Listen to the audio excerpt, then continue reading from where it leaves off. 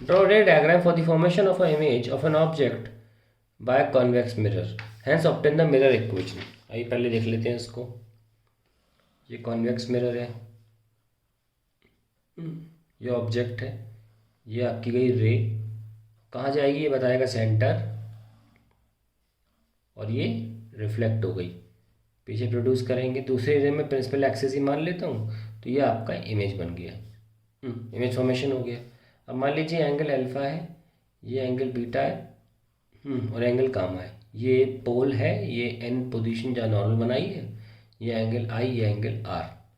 Now you can write angle I is equals to alpha plus gamma, देख सकते हैं आप। और एंगल देख सकते हैं ये भी आर आ गया, तो I can write beta equals to R plus gamma, और beta minus gamma equals to R. Now we know that according to angle of law of reflection I equal to R होता है। So alpha plus gamma is equals to beta minus gamma. So we have 2 gamma equals to beta minus alpha, ठीक है। Now we can see that this is gamma, okay. So 2 times gamma angle है, angle equals to arc P N upon उस angle separate का radius क्या होगा, इसको बोलते हैं radius of curvature R, is equals to beta क्या है, बीटा भी एक एंगल है, angle equals to arc upon radius, इस केस में कितना होगा, इसको वी बोलते हैं, plus P N, sorry minus दिया है, minus P N by U हो जाएगा, अल्फा के लिए यू हो जाएगा, ठीक है। अब P N cancel, R and 2 by R can be written as 1 by F is 1 by V minus 1 by U. You can see that अगर साइन कन्वेंशन देखें तो u तो नेगेटिव है और v क्या है, पॉजिटिव है, और r भी क्या है, पॉजिटिव है। ये दोनों इंसिडेंट रे की दिशा में है और u हमारा उल्टा हो रहा है, तो क्या आंसर आएगा 1 by F is 1 by V, और सिर्फ u में फेरबदल होगा और ये आपका आंसर आ गया।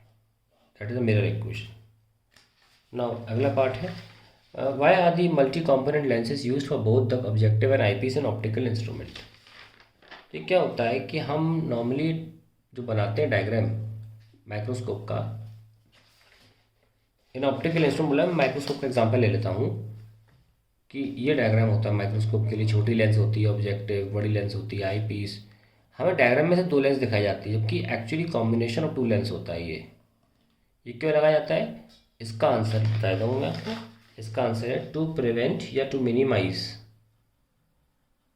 Chromatic and spherical aberrations, chromatic and spherical aberrations, aberration. अब मैं बता दूँ इसका मतलब क्या है। इसका मतलब एबरेशन का मतलब ये होता है कि अगर नहीं दिखाता हूँ, ये एक लेंस है, तो इसमें क्या होगा कि वायलेट से लेकर रेड तक सब कलरों का अलग अलग फोकस होगा। मैं 2 दिखा रहा हूँ, वायलेट ये और रेड ये, इस बीच में सब आ जाएंगे। तो अलग अलग वेवलेंथ यानी कि कलर का एक पॉइंट पे फोकस्ड ना हो पाना एबरेशन कहलाता है। तो जब कलरों की बात की जाए तो हम बोलते हैं क्रोमैटिक एबरेशन।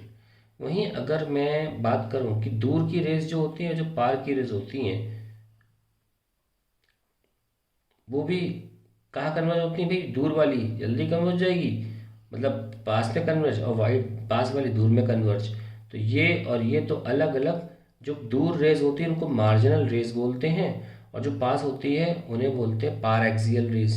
तो मार्जिनल और पार एक्सियल रेज का एक पॉइंट में फोकस ना हो पाना भी एक अबर्शन होता है, और उसमें हम क्रोमैटिक की जगह बोलते हैं स्फेरिकल एबरेशन, ठीक है। तो यह धुंधला, दोनों धुंधलापन दिखता है, इसमें कलर वाला, इसमें बिना कलर का धुंधलापन दिख सकता है। तो इस वजह है कि हम 2 लेंस यूज़ करते हैं, तो ये काफ़ी कम हो जाता है। The magnification of a small object produced by compound microscope is 200. If eyepiece focal length is 2 cm and final image is formed at infinity, find the magnification produced by the objective lens. आपको याद होगा magnification microscope में था magnification by the objective into magnification by the eyepiece. Now this is magnification by objective जो हमें निकालना है, और एफ ई इन्फिनिटी के केस में होता था डी बाई एफ ई, और एम कितना दे रखा है यहाँ पे, the magnification is 200, ठीक है ना। ऑलवेज टेक इन माइनस, मैग्निफिकेशन माइनस में होता है, Now we have minus 200 is equals to MO into D 25 होता है और FE है 2. So we have 25 8 and MO मिल जाएगा 25 8 नहीं 25 हाँ 25 8 माइनस का 16. सो माइनस का 16 is the correct answer for magnification of the objective.